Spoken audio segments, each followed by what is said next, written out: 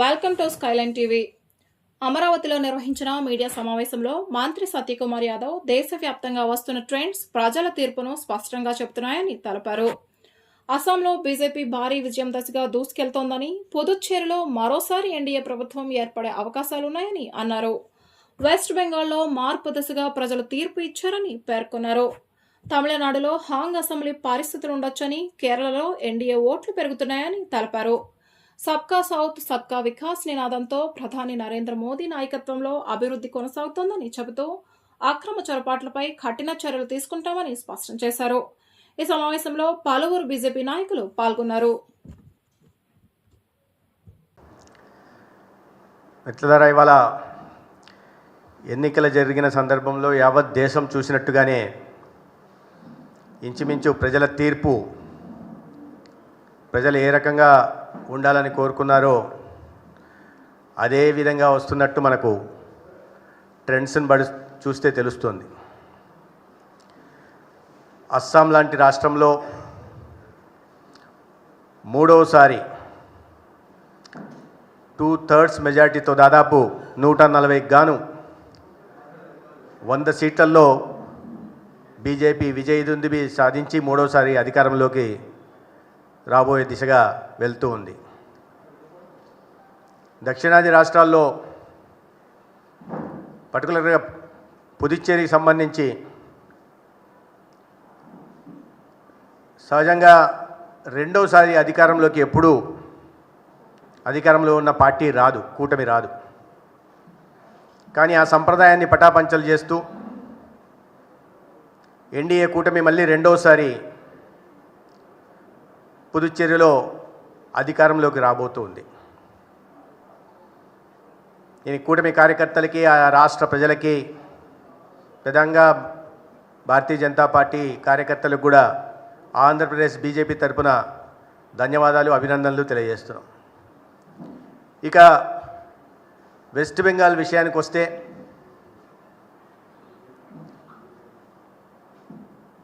West బెంగాల్లో ప్రజలు ఇచ్చిన స్పష్టమైన తీర్పు ఒక ఆటవిక పాలనకి ముగింపు పలికే దిశగా ఉంది. 15 సంవత్సరాలుగా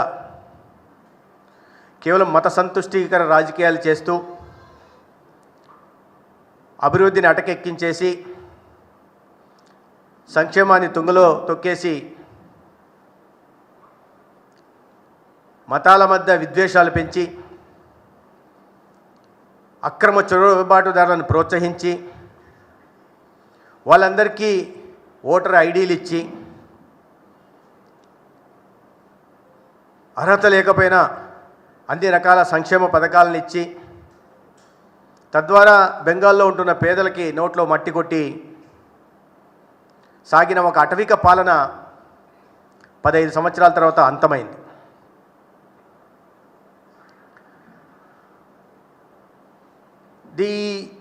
అదేవిధంగా తమిళనాడులో కూడా కూటమి రెండో స్థానానికి రావడం, మొదటి స్థానానికి దగ్గరగా వెళ్ళే పరిస్థితులు ఉన్నాయి. ఏదైనప్పటికీ తమిళనాడులో ఒక హంగ్ అసెంబ్లీ ఏర్పాటయ్యే పరిస్థితులు కూడా మనకు కనిపిస్తూ ఉన్నాయి. కేరళలో కొన్ని దశాబ్దాలుగా ఒకవైపు కమ్యూనిస్టులతో, రెండో వైపు కాంగ్రెస్ వారితో, మూడో వైపు మత ఛాందసవాద శక్తులతో పోరాడుతూ ప్రతి ఎన్నికల శాతాన్ని పెంచుకుంటూ వస్తున్న బీజేపీ ఈ ఎన్నికల్లో దాదాపు 3 నుంచి 5 అసెంబ్లీ స్థానాల్ని సొంతంగా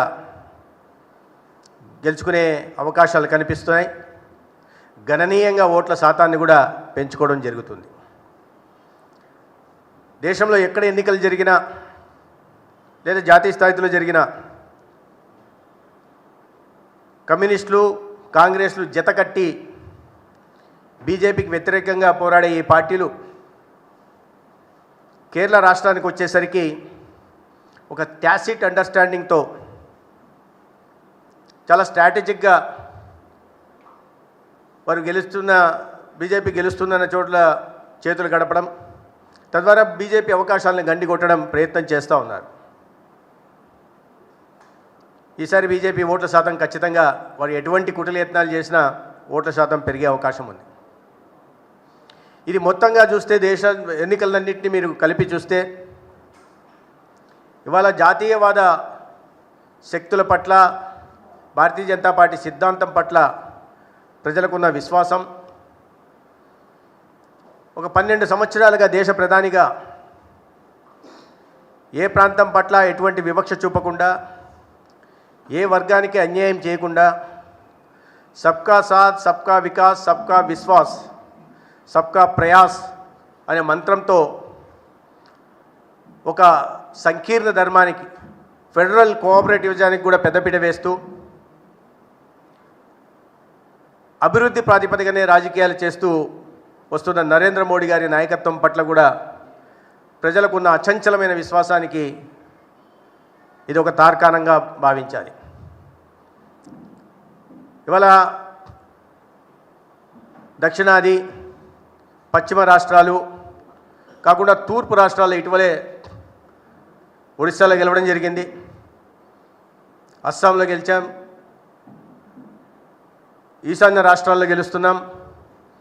ఎంతో కొరకరాని కోయిగా ఉంటున్న వెస్ట్ బెంగాల్లో కూడా ఇవాళ భారతీయ జనతా పార్టీకి ప్రజలు పట్టం కట్టారు. దీనికి ప్రధాన కారణం అనేక రాష్ట్రాల్లో గత 12 సంవత్సరాలుగా జరుగుతున్న పాలన, ఒకవైపు అభివృద్ధి, రెండో వైపు సంక్షేమాన్ని తీసుకెళ్తూ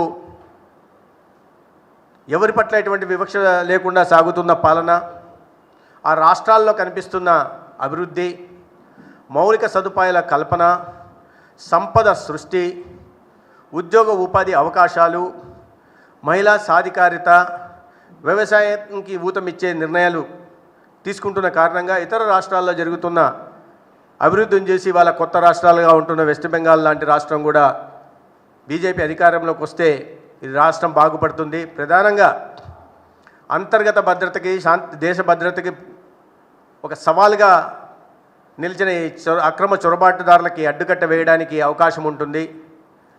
డిటెక్ట్, డిలీట్, డిపోర్ట్ అనే నినాదం ఏదైతే ఉందో భారతీయ జనతా పార్టీకి, దాంట్లో భాగంగా డిటెక్ట్ చేయడం జరిగింది. ఎవరైతే అక్రమ చొరబాటుదారులు ఉన్నారో వారి ఓట్లను గుర్తించడం జరిగింది. దొంగ ఓట్లు వేసేవారు ఉన్నారో వారి ఓట్లను గుర్తించడం జరిగింది. అనేక మంది బార్డర్లు అటువైపు నుంచి వచ్చి హిందూ పేర్లతో కూడా దొంగ ఓట్లను చేర్చుకోవడం జరిగింది. గత ప్రభుత్వ సహకారం వల్ల వారిని గుర్తించడం జరిగింది. డిలీట్ చేయడం కూడా జరిగింది. డిటెక్ట్, డిలీట్ చేయడం కూడా జరిగింది. ఇక మిగిలింది డిపోర్ట్. ఎన్నికల సందర్భంగా దేశ ప్రధాని కానీ అమిత్ షా గారు కానీ అధికారంలోకి వచ్చిన తర్వాత ఈ అక్రమ చొరబాటుదారులు ఉన్నారో వాళ్ళందరినీ గుర్తించి వారి దేశాలకు పంపించడం జరుగుతుందని చెప్పడం జరిగింది. అదేవిధంగా శాంతి భద్రతలకు విఘాతం కలిగిస్తూ ప్రజాస్వామ్యం ఇచ్చిన హక్కుని వినియోగించుకోవడానికి అవకాశం లేకుండా అడ్డుకుంటూ ఓటు వేసుకునే అవకాశాన్ని కూడా ఆ అధికారాన్ని కూడా హరించి అటువంటి దాడులకు పాల్పడుతున్న వాళ్ళకు కూడా తలకిందులుగా వేలాడదీస్తాం. శాంతి భద్రతల విషయంలో ఎవరైనా సరే ఉపేక్షమనే ఒక స్పష్టమైన సందేశాన్ని పంపిన కారణంగానే ప్రజలు ఇవాళ భారతీయ జనతా పార్టీ వైపు చూడడం జరిగింది. దీని కారణంగా బీజేపీ ఫుట్ ప్రింట్ దేశంలో పెరుగుతూ పోతూ ఉంది. 16 రాష్ట్రాల్లో భారతీయ జనతా పార్టీ సొంతంగా అధికారంలో ఉంది.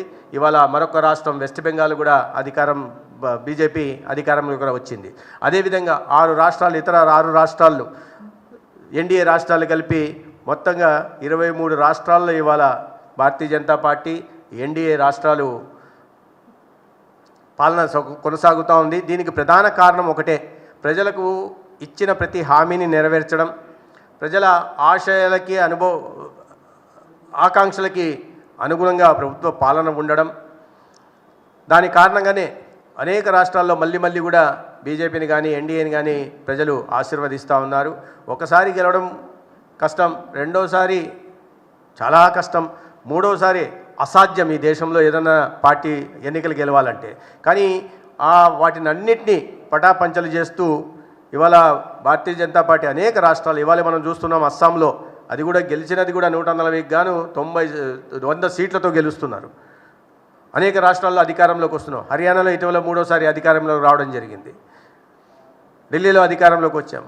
గోవా లాంటి రాష్ట్రాల్లో క్రిస్టియన్ మెజారిటీ ఉంటున్న రాష్ట్రాల్లో మూడోసారి వరుసగా అధికారంలో రావడం జరిగింది. మధ్యప్రదేశ్లో వరుసగా అధికారంలో రావడం జరిగింది. గుజరాత్లోనైతే ఏకంగా 7 సార్లు వరుసపెట్టి ఎన్నికల్లో గెలిచి ఇవాళ రాబోయే 8వ సారి జరుగుతున్న ఎన్నికల్లో కూడా ప్రజలు మళ్ళీ బీజేపీని ఆశీర్వదించడానికి నరేంద్ర మోడీ గారి నాయకత్వంలోనే అన్ని రాష్ట్రాలను కలుపుకొని ఈ దేశాన్ని విశ్వగురువుగా చేయడం కోసం ఒక వికసిత్ భారత్ నిర్మాణం చేసే దిశగా కూడా వెళ్ళడానికి అవకాశం ఉంది. వీటికి అన్నిటికీ ప్రధాన కారణం ఏంటంటే ప్రజలు కోరుకున్న విధంగా పాలన కొనసాగుతూ ఉంది. వారి ప్రాంతాలు అభివృద్ధి చెందుతున్నాయి. ప్రజలకి మౌలిక సదుపాయాల కల్పన జరుగుతూ ఉంది.